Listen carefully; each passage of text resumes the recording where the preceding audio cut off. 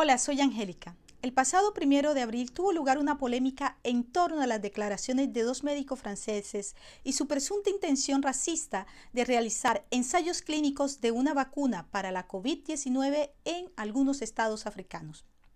Han pasado 2 meses desde esos acontecimientos y desde la serenidad que ofrece la distancia en el tiempo tras lo ocurrido, he querido invitar a Estela Simanca, historiadora y profesora de la Universidad de Cartagena en Colombia,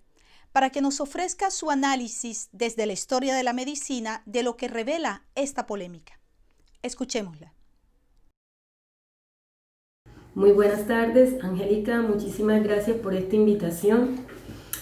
Para sentar mi posición ante esta polémica quiero plantear 3 tesis a modo de provocación que trascienden inclusive de la polémica misma, para comprender que estos discursos que en medio de la polémica han sido acusados de racismo y colonialismo requieren un trasfondo explicativo mucho más complejo. La primera tesis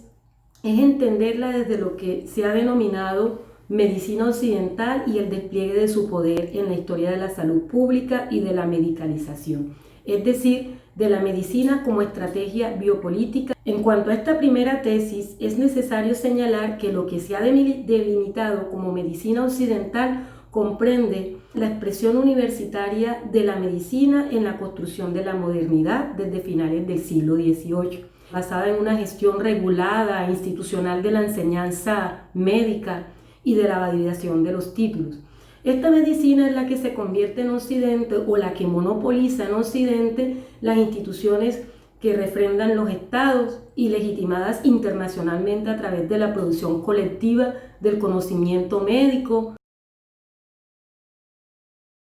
Esta extensión de dominio de la medicina occidental fue lo que Michel Foucault llamó el proceso de medicalización indefinida,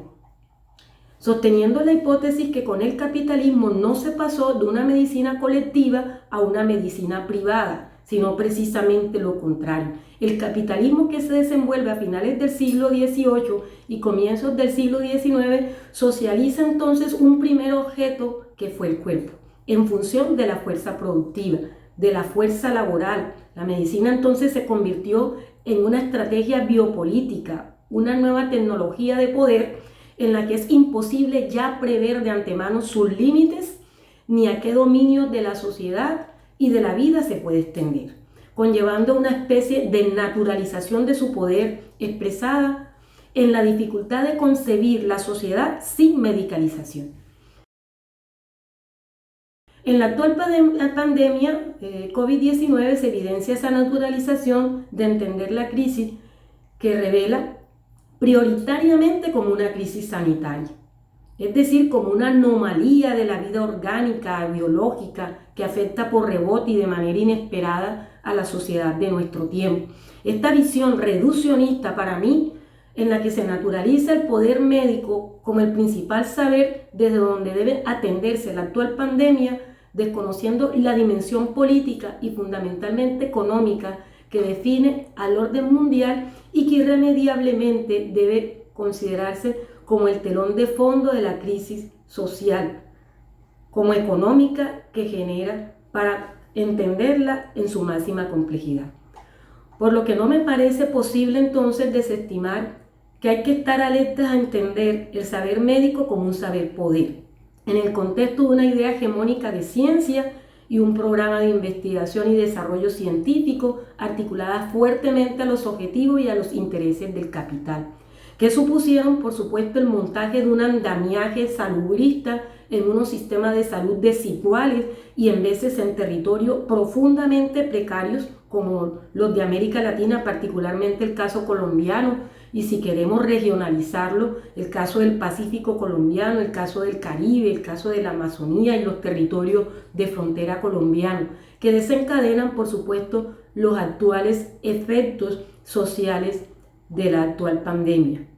Despolitizar entonces el análisis de esta pandemia para reducirlo a una simple exposición dramática y estadística de su expresión mórbida, como quieren hacernos entender nuestras autoridades y la mayoría de los medios de comunicación, es perder de vista el verdadero origen del problema.